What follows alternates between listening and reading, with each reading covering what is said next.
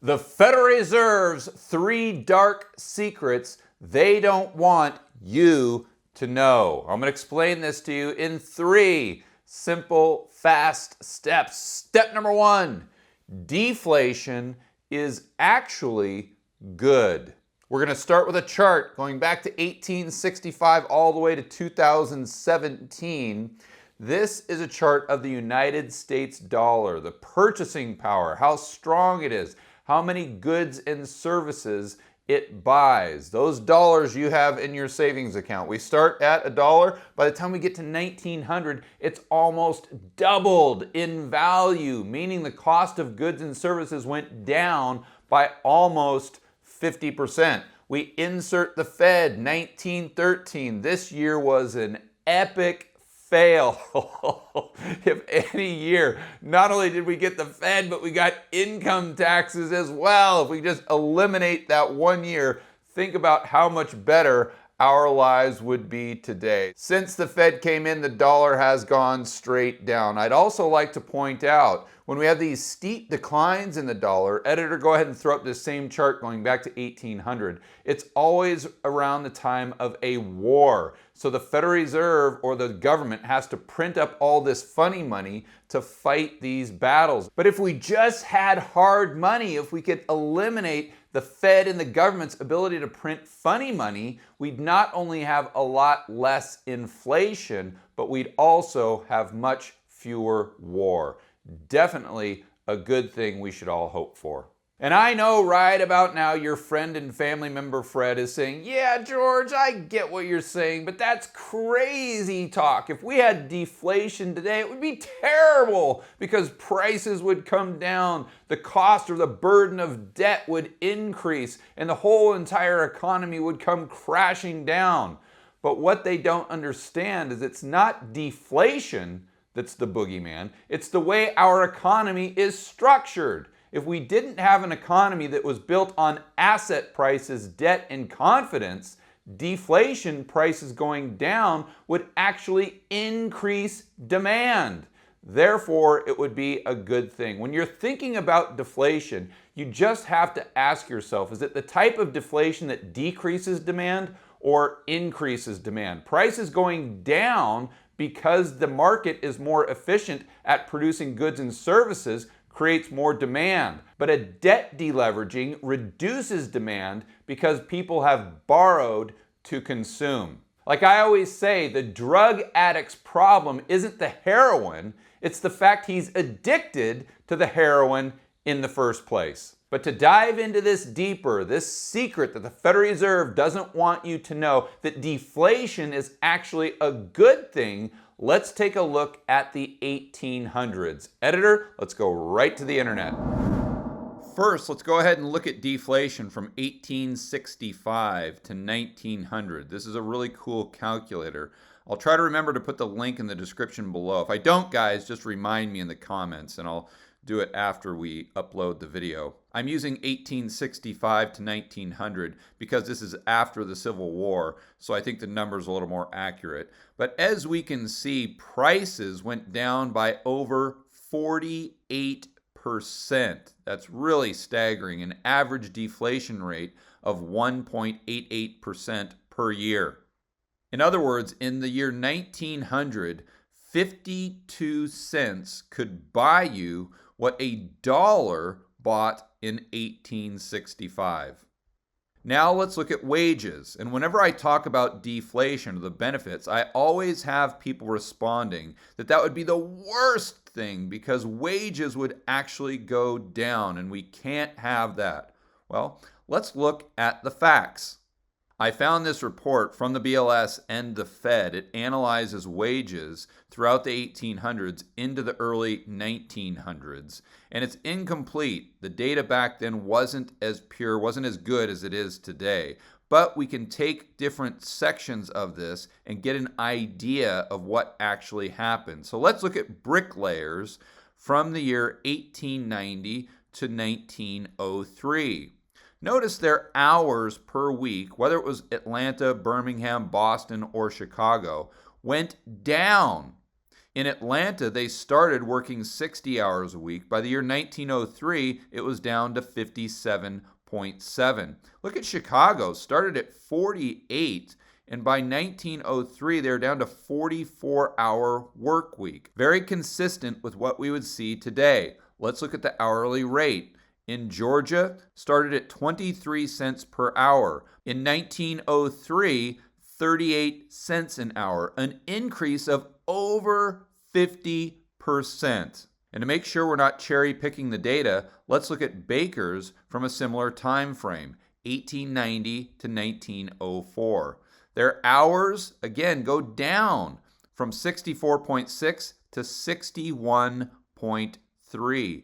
But the wages go up. The hourly rate from 25 cents to 27 cents. And it's even more dramatic in the South Atlantic. Hours going from 67 per week down to 60 per week, while the rates go from 19 cents an hour to 26 cents an hour. I'm not going to read the entire chart, but you get what's happening here. Hours per week are going down and wages are going up. Imagine that. This can actually happen in a free market without the micromanagement of the government. But what was going on with the overall economy? You may say, yeah, George, those two professions could have seen wage increases, but maybe the economy was really struggling because of the deflationary doom the Fed and the Keynesians always talk about. Let's look at GDP in 1865, $9,977,000,000. In the year 1900, $20,766,000,000, an increase of over 100%, while the cost of goods and services are going down by 50%. And let's not forget, that's nominal GDP. If we looked at real GDP, because there was so much deflation, that number would be much, much better. So based on the data we just looked at online, let's go through a few rough numbers so we can really put this into terms that we can apply to our everyday life. So expenses down by 50%. Wages, we'll just say they went up over the 1865 to 1903 time frame by 20%. GDP way up. It doubled in nominal terms. In real terms, who knows? I'd also like to point out nominal interest rates were right around 4%. Editor, go ahead and throw up the chart. So what this means in today's language, if you're making $2,000 a month right now and your bills are $2,000 a month, in 35 years, if you just keep doing what you're doing and you don't get any big promotions, you don't have any ambition whatsoever, you're going to go from making $2,000 to $2,400 a month. But your expenses are going to go from $2,000 down to $1,000. So here you don't have any money left over. Here you've got $1,400 a month that you can save and invest. Just back of the napkin math, that averages out to be about $700 a month over 35 years. That means you'll have almost $300,000 in savings. If you're able to get even a 7% real rate of return, and keep in mind interest rates are 4%, and you've got 2% deflation per year. So real rates, just putting it in the bank, you'd make at least 6%. But if you were able to do that over 35 years, you'd have almost $1.2 million. And these aren't exact numbers, but you get the concept. The free market has improved the standard of this person's living dramatically. They don't need Social Security to retire. They don't need the government to come in with a minimum wage or to micromanage everything in the economy. The free market handles the problem. In fact, I'd go so far as to any of the naysayers out there, and I'm sure there's a lot of them, show me the government, show me the program, Show me the task force that can produce these types of results in any country throughout history. The only thing that's produced this type of results for everyday people is free market capitalism. And that is definitely something the central planners don't want you to know. Step number 2. The first dark secret the Fed doesn't want you to know is deflation is actually good. The second dark secret is that inflation is actually bad. The Fed and the government have this inflation target. If we could only get to 2% per year, all our problems would be solved. So they try to brainwash everyone into thinking deflation is this boogeyman that we should all be concerned with, but we should really hope and pray for more inflation. Let's look at a chart of inflation going back to 1866 all the way to 2016. I tried to simplify this chart, but I think what I did in the process has made it 10 times more confusing. So bear with me. Like we said in step number 1, the time frame in the late 1800s was deflationary.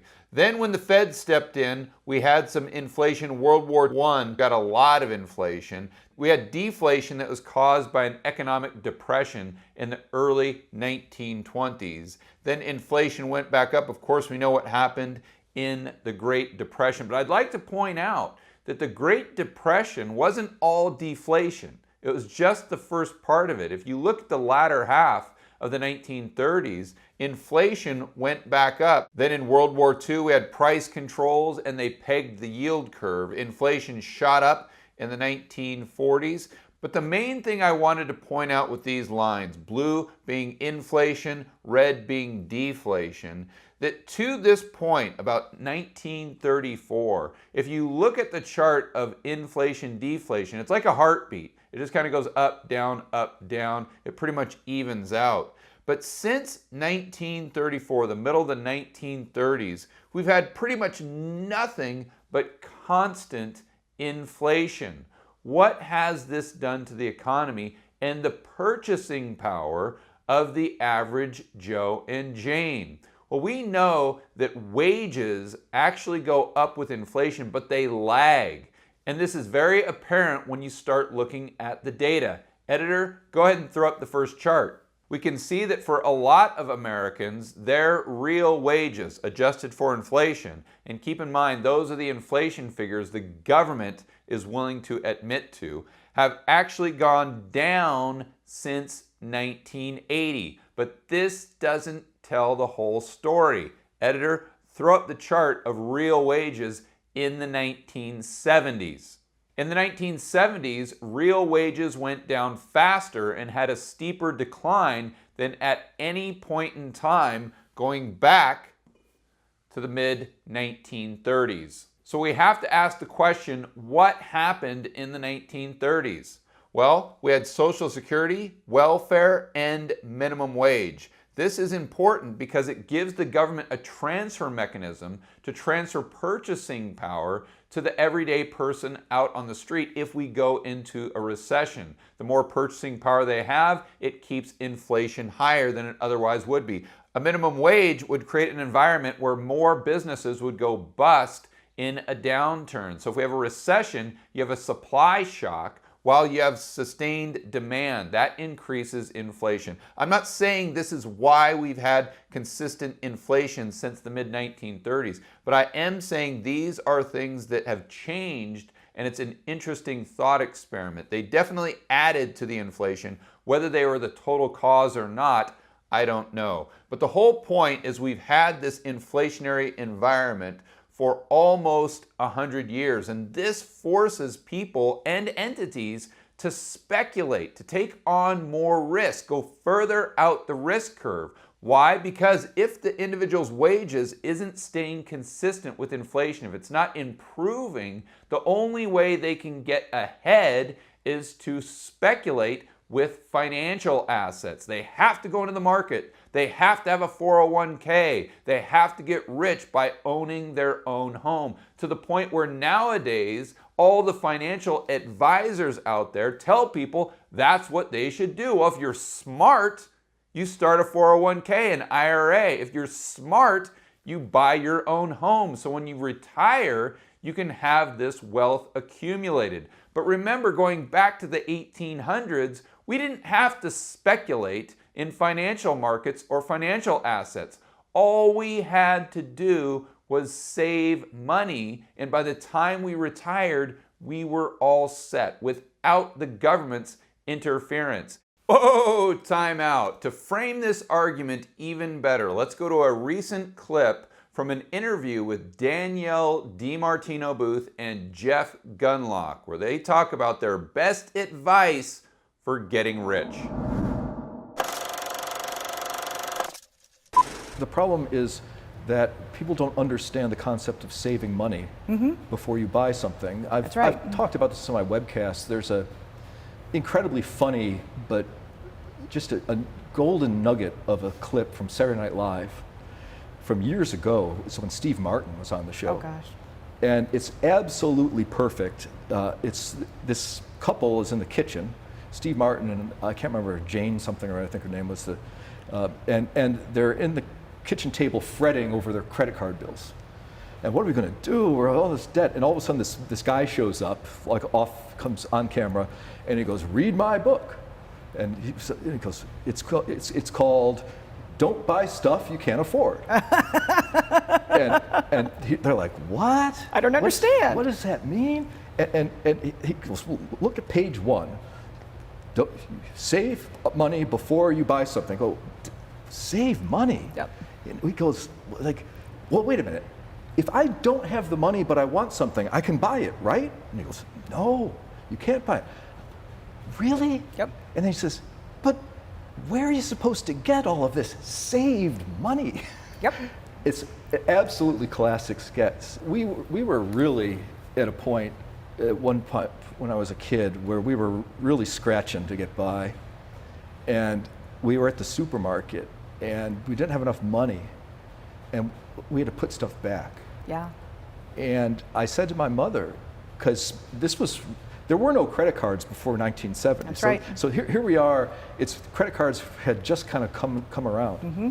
And I said, "Why don't you just put it on the credit card?" And she just looked at me and she says, "Let me tell you something. Never, ever, ever put food on a credit card, ever. Never borrow money to buy food, because that's a slippery slope which ends potentially very badly." I never forgot that. But also when I was a kid, there were no auto loans. So it's one of these things where everyone knows that this is a bad way to go, but it's one of those things where in the short term, there's a payoff, and it's just like our national debt, it's just like so many things that, you've been saying that this is a problem for years, and look, everything's fine. Yes, it's a problem in the long term, everybody says, but that could be a long, long way away. But what happens is you glue enough short terms together, and all of a sudden the long term is today. So inflation creates this environment where it's very difficult to save money, and the value of the savings is always going down. If it's difficult to save money, to Jeff and Danielle's point, it's going to be very difficult to get ahead. Simply put, when we have a deflationary environment, savings are good, but debt is bad. When we have an inflationary environment, savings bad, debt good. But think about how badly this distorts the economy. Can you even imagine teaching your kids this, that savings is bad and debt is good? Nobody is going to do that, other than maybe the Keynesians will. Paul Krugman probably does. Can you imagine Paul Jr.? "We found a piggy bank in your room. You're in big trouble, mister, that's for sure. Your mom and I are going to have to think of an appropriate punishment." But this is what people have to do in today's society in order to get ahead. Because if you save money, you're going to be losing purchasing power. But if you take on debt, because the dollar is going down in value, you're actually gaining purchasing power. It's a totally perverse system that we've set up through this inflation, and it all goes back to the Fed and government intervention. What ends up happening is the only people that get ahead are the people who own assets. The rich get richer, the poor get poorer. This isn't because of free market capitalism. It's because we have a lack of free market capitalism and hard, sound money. And I would challenge all of you that are watching this video right now to crunch the numbers, look at the data.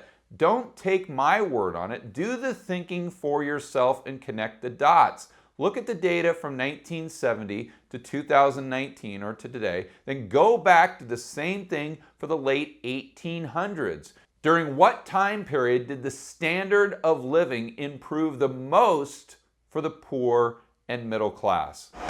Step number 3, the third secret they don't want you to know, or they don't even want you thinking about, is who actually owns the Fed. To dive into this deeper, let's go right back to the internet.